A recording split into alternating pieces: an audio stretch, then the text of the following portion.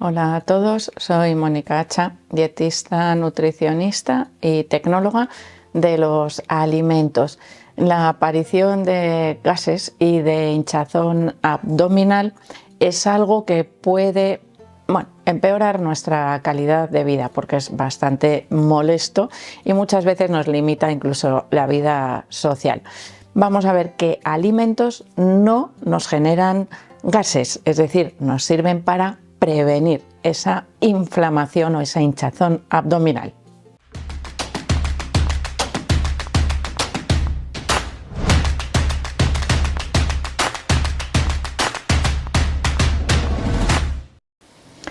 Cuando tenemos un patrón alimentario variado y equilibrado de manera habitual, lo normal es que seamos capaces de prevenir la aparición de numerosas enfermedades, y entre ellas estaría también la prevención en la aparición de problemas digestivos o gastrointestinales que puedan derivar en un exceso de gases o de inflamación. Pero muchas veces ese patrón alimentario variado, equilibrado, puede ser excesivamente rico en algunos de esos nutrientes o aquellos factores que pueden hacer aumentar la aparición de gases a nivel del intestino. Por lo tanto, si nosotros queremos prevenir la aparición de gases, tendremos que tener en cuenta que en este caso la cantidad muchas veces vale más que la calidad, podríamos decir. Bueno, a veces el utilizar alimentos que sabemos que no nos generan gases nos puede resultar también muy interesantes, porque los hay, incluso de origen vegetal. Bueno, los dos nutrientes, vamos a decir, que nos generan mayor cantidad de gases cuando los consumimos serían los carbohidratos, especialmente carbohidratos fermentables, se les suelen llamar porque son alimento ideal para la microbiota intestinal, y la cantidad de fibra. La fibra tiene una particularidad. Por un lado, podemos decir que es necesaria para mantener un buen tránsito intestinal. Además, nos puede ayudar a reducir los niveles de glucemia, a controlar los niveles de colesterol, a mejorar la calidad de la microbiota intestinal, a mejorar ese equilibrio, pero sin embargo, cuando consumimos más cantidad de la que somos capaces de tolerar, la generación o el aumento de gases es enorme. Y aquí os pongo un ejemplo que seguro que a todos nos ha pasado alguna vez, y es, por ejemplo, con las legumbres, que es un alimento altamente flatulento que genera muchísimos gases porque combina esos dos factores de los que he hablado, los carbohidratos y un alto contenido en fibra. Si yo me como un platito pequeño de legumbres, imaginaros pues una ensalada de garbanzos, por ejemplo, y de segundo un plato proteico, que podrían ser huevos, carne o pescado, esos gases pueden no aparecer o hacerlo en pequeña cantidad.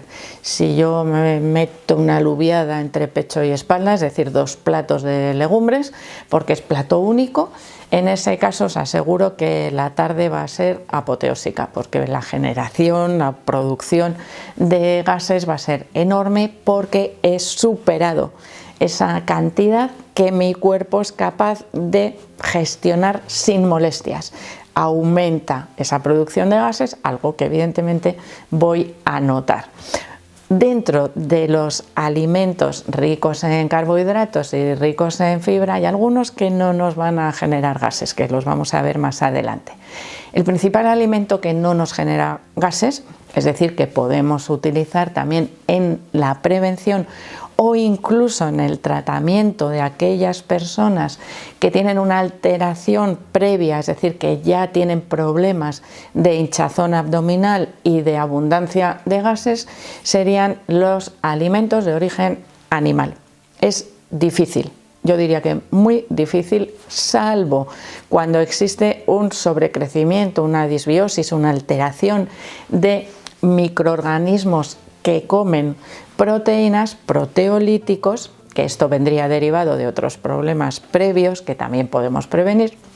Bueno, salvo en esos casos que no son los más habituales, el consumo de alimentos de origen animal no genera gases intestinales. Por lo tanto, son alimentos que nos ayudan a reducir, a no formar esos gases, a prevenir su aparición.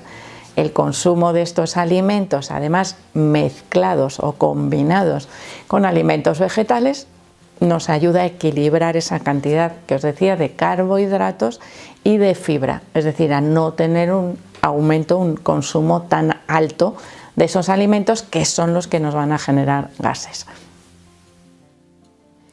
Ahora vamos con esos alimentos vegetales.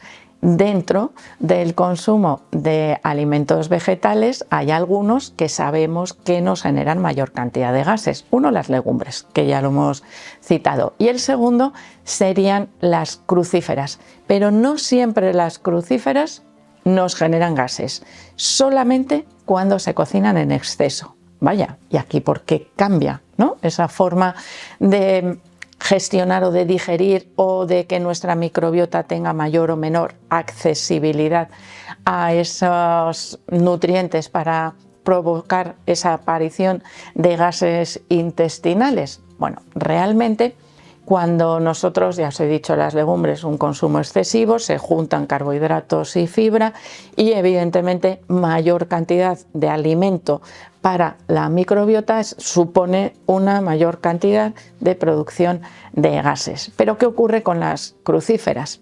Las crucíferas cocinadas en su punto justo, es decir, no excesivamente hervidas o cocinadas, no son tan disponibles para la microbiota intestinal. Sí generan gases, pero en este caso gases beneficiosos cuando las consumimos en cantidad adecuada y poco cocinadas. Cuando las consumimos muy cocinadas, esas verduras liberan azufre. Ese azufre lo pueden utilizar también algunos microorganismos de la microbiota para generar gas, y casualmente ese gas es maloliente, por lo tanto más evidente muchas veces cuando lo tenemos que expulsar, porque evidentemente esos gases por algún sitio tienen que salir. Por lo tanto, a veces no es por cantidad, sino que es por ese aroma que pueden liberar.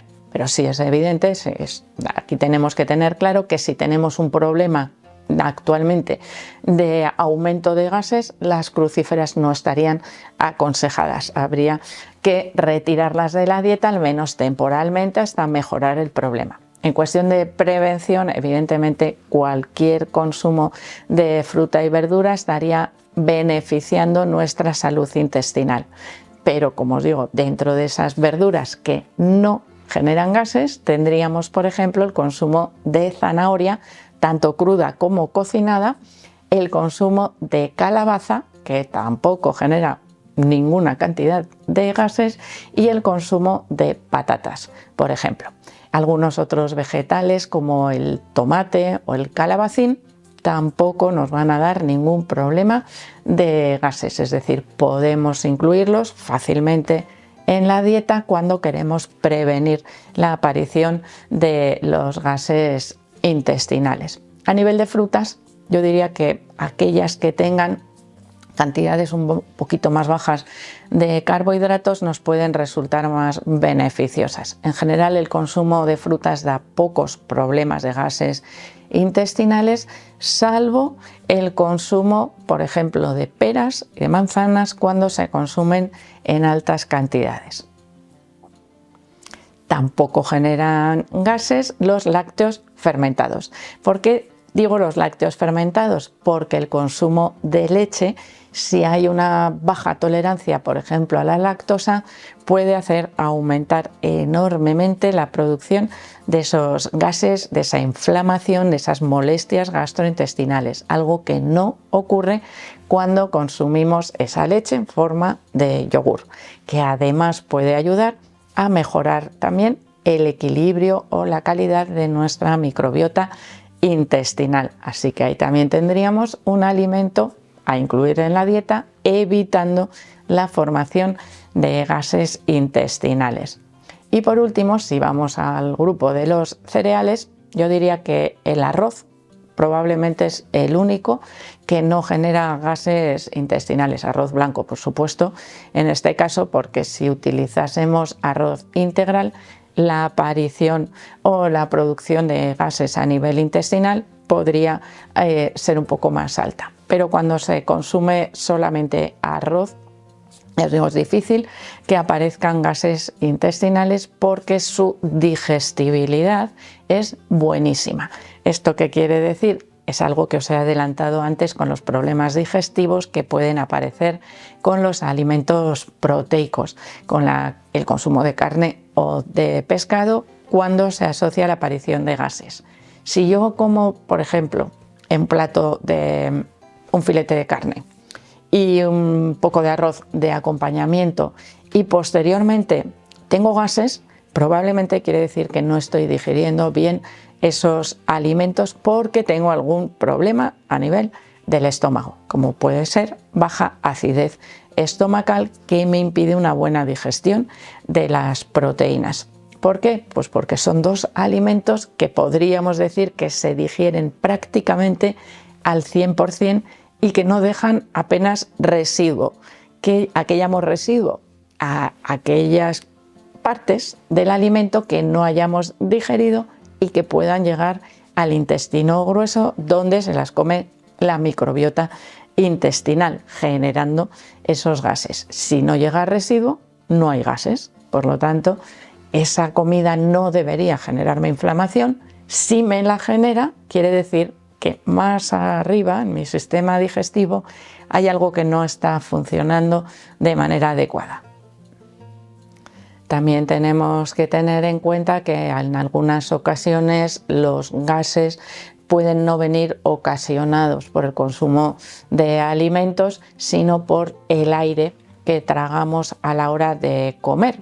Igual hay veces que a las personas que tienen muchos problemas de gases se les suele recomendar que prueben a comer sin hablar, a comer solos, por ejemplo, un día masticando bien para evitar esa ingesta adicional de aire mientras se está comiendo. Si se nota diferencia, podemos valorar que parte de esos gases pueden estar accediendo al mismo tiempo que las comidas, no ser ocasionados por esos restos de alimentos que llegan al intestino grueso. Por lo tanto, ahí podríamos decir que los hábitos o cómo se coma también podría influir. En algunas ocasiones esos gases que entran a nivel digestivo al mismo tiempo que la comida suelen salir por arriba y no por abajo, y ahí podríamos tener también algunas diferencias, pero tenemos que tener claro que todo aquello que llega al intestino grueso sin digerir porque no somos capaces o porque hay algún fallo en nuestro sistema digestivo puede o es factible que pueda ocasionar aumento de gases. Además de que ya sabemos que esos alimentos más flatulentos que generan más gases se deberían evitar en este caso en la dieta. Así que espero que el vídeo os sirva de ayuda. Por supuesto que le deis al like, no dejéis de suscribiros al canal y espero seguir viéndoos a todos en los próximos vídeos.